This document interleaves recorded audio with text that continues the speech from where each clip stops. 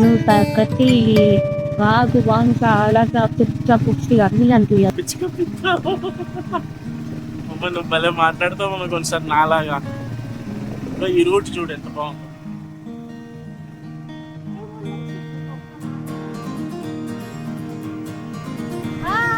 Bye.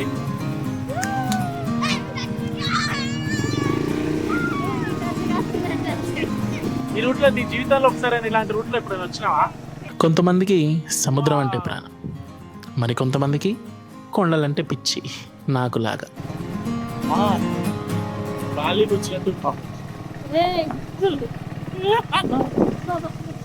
ఎట్లా ఉంటుంది Bali? బాయి కాదేది బాలి. మేఘనాకి మాత్రం సముద్రం అంటే ఇష్టం. సముద్రం అంటే ఇష్టం అంటే అందులో తడవడం అని కాదు, వానలో తడవడం అంటే అసలు ఇష్టం ఉండదు తనకి.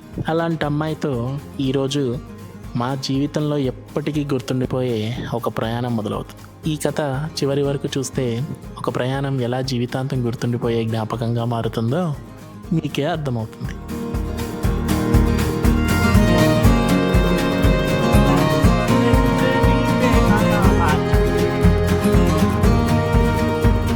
అరకు ప్రతిసారి వచ్చిన కొత్తగా కనిపించే ప్రదేశం. రెడీ 1 2 3. సరే రెడీ 1 2 3.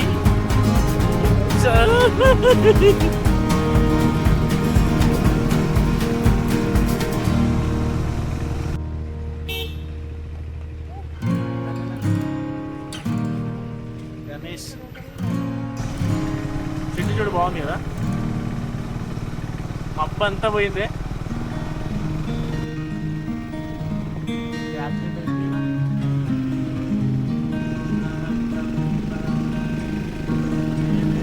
కాఫీ ప్లాంటేషన్స్ ఇదే.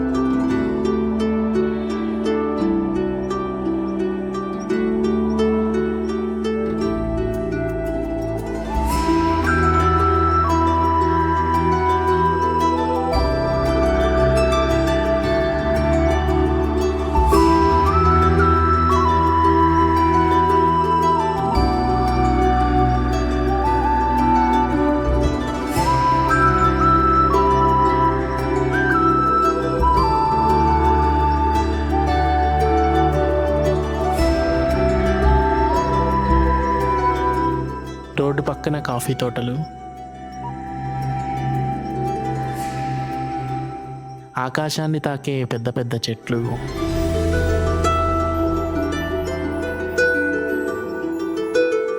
మధ్యలో ఇలాంటి చెక్క బంతెనలు. ఇవి చూడడానికి ప్రత్యేకంగా ప్లాన్ అవసరం లేదు. నెమ్మదిగా ప్రయాణిస్తే ప్రకృతి ఒక్కొక్కటిగా మనకి చూపిస్తుంది. ఇక పాడేరుకి చీకటి పడే లోపల ఇక్కడి నుంచి వెళ్ళాలని చెప్పి ఆ ప్రయాణం మళ్ళీ మొదలుపెట్టాం.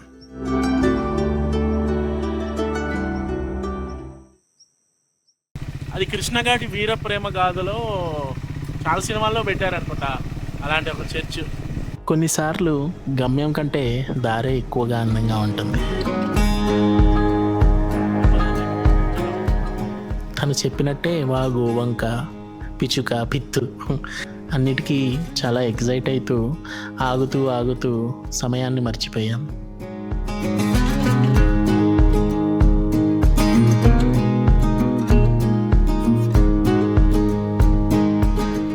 తెలిసిందేగా, ట్రావెల్ చేసే వాళ్ళకి లాస్ట్ స్టాప్ అనేది ఎప్పుడు నిజమైన లాస్ట్ స్టాప్ కాదు. అందుకే అదే చివరి లాస్ట్ స్టాప్ అనుకొని మధ్యలో వెళ్తుండగా ఈ అందమైన ప్రదేశం కనిపించింది.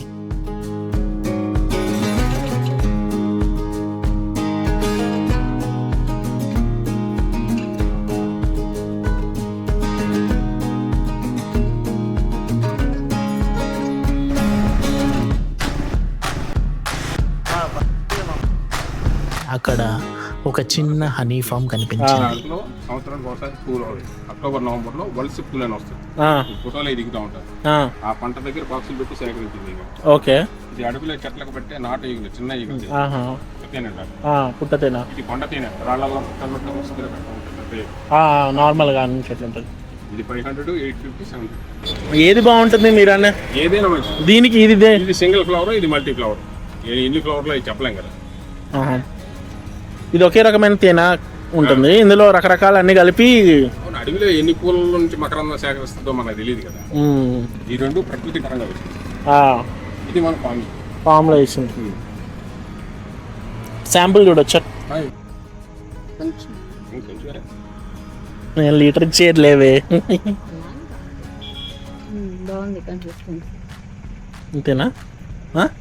ఇట్లా చూడు. తెలిసింది. ఇది వచ్చి కొండ తేడా. కేజీ తినే బాటలు ఏదైనా సరే మీరు వాడుతూ ఉంటుందా, చివరి 50 గ్రాముల్లో తేడా వచ్చిన బాటిల్ మీద ఫోన్ నెంబర్ ఫోన్ చేయాలి, క్యాష్ అంత గ్యారెంటీ. 2 బాటిల్స్ తేనె తీసుకున్నాము. ఇక్కడ ఈ ఫామ్ పేరేంటి? మధు తేనె పరిశ్రమ. పాడేరు అరకు వ్యాలీ ఫస్ట్ వచ్చే ఆ హైవే కిలోమీటర్ బోర్డు దాటగానే ఫస్ట్ మీకు కనిపించేది ఇది. ఇక్కడ చూడండి, ఇది హనీ ఫామ్. ఇక్కడ ఇలా బాక్సెస్లో హనీ సేకరిస్తారు. 3 రకాలంట, మీరు చూసారు కదా. ఇక నచ్చిన వాళ్ళు అయితే ఇటు వచ్చేటప్పుడు ఖచ్చితంగా. చివరికి అరకు చేరుకున్నాం. అక్కడ ఫేమస్ అంటారు కదా అని బ్యాంబూ బిర్యానీ ట్రై చేశాం. నిజం చెప్పాలంటే ధర చూసి షాక్, తిన్నాక ఇంకా పెద్ద షాక్. అసలు ప్రయాణం మొదలవ్వాల్సి ఉంది.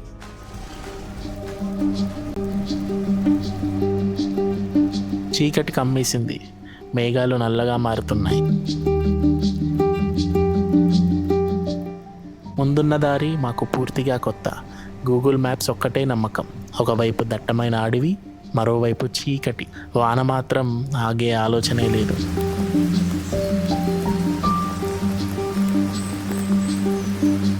వాన, నిశ్శబ్దం, మేమిద్దరం బైక్, అంతే. మధ్య మధ్యలో సరైన దారిలోనే వెళ్తున్నామా అనే సందేహం.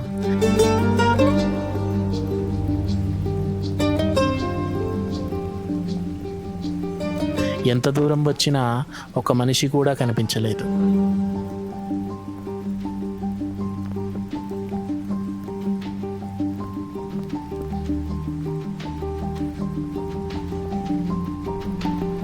చాలా దూరంలో ఒక చిన్న రెడ్ లైట్ కనిపించింది. ఆ క్షణంలో మనిషిని చూసిన ఆనందం కంటే ఆ వెలుగు చూసిన ఆనందం ఎక్కువగా అనిపించింది.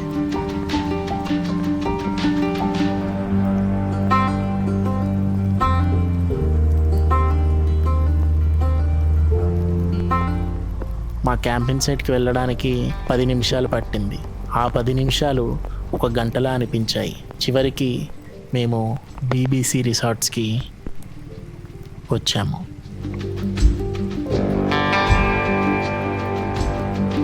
దారిలో అనుకున్నది ఒకటే, అమ్మయ్య ఈరోజు ప్రయాణం అయిపోయింది. కానీ మాకు తెలియదు అసలు కథ రేపు ఉదయమే మొదలవుతుందని. గుడ్ మార్నింగ్ బాబాయ్స్, వెల్కమ్ టు. నిద్ర మబ్బుతో ఉంది. మేము ఇప్పుడు వీఆర్ హెడింగ్ టు వనజంగి. ఇక్కడ నుంచి ఒక 4 to 5 కిలోమీటర్స్ ఉంది. బేస్ క్యాంప్కి వెళ్ళి అక్కడ బైక్ పార్క్ చేసుకొని పైకి ఒక 1.5 కిలోమీటర్ ట్రెక్ చేయాలి. చేసిన తర్వాత చూద్దాం అక్కడ ఎలా ఉంటుందో. రాత్రి అయితే ఘోరంగా వాన దంచింది. వానలోనే బైక్ నడుపుకుంటూ వచ్చేసి రిసార్ట్కి వచ్చేసాము. రిసార్ట్ ఏంటి ఎలా ఉందనేది మేము వనజంగి వెళ్ళి వచ్చిన తర్వాత మీకు చూపిస్తాను. ఇప్పుడు కొంచెం లైటింగ్ ఇష్యూ ఉంది. వనజంగి వెళ్ళి వచ్చిన తర్వాత చూపిస్తాను. యాక్చువల్గా మాకు నైట్ టైం వచ్చాం కాబట్టి ఇక్కడ ఎలా ఉంది ఏంటో తెలియదు, కానీ మార్నింగ్ కొన్ని ఫొటోస్లో చూశాను. వ్యూ అయితే చాలా బాగుంటుంది మన రూమ్ నుంచి. ఫస్ట్ అయితే మనం వనజంగికి వెళ్దాం. అక్కడ చూసేసి తిరిగి మనం ఒకసారి రూమ్ టూర్ అనేది చేసుకుందాం. మేఘనా, are you ready? Are you excited? మన రిసార్ట్ పేరు BBC backpackers base camp.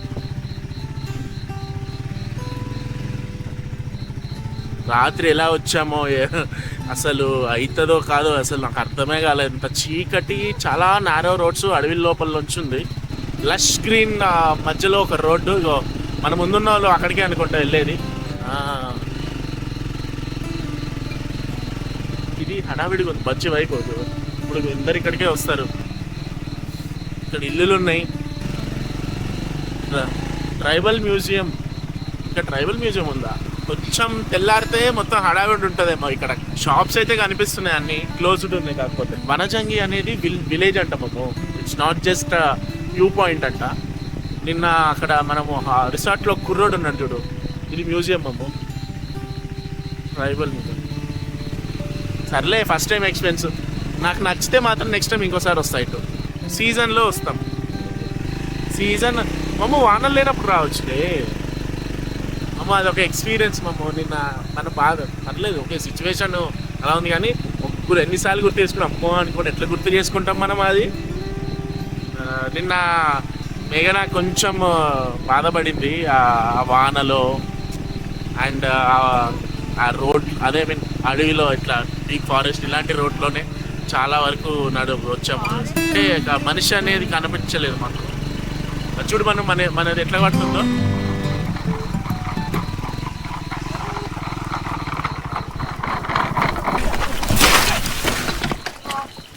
మీకేం కాలేదుగా?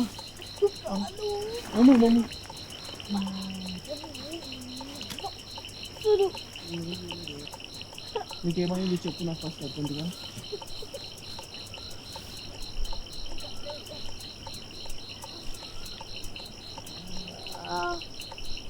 సారీ మమ్మో, లేదమ్మా,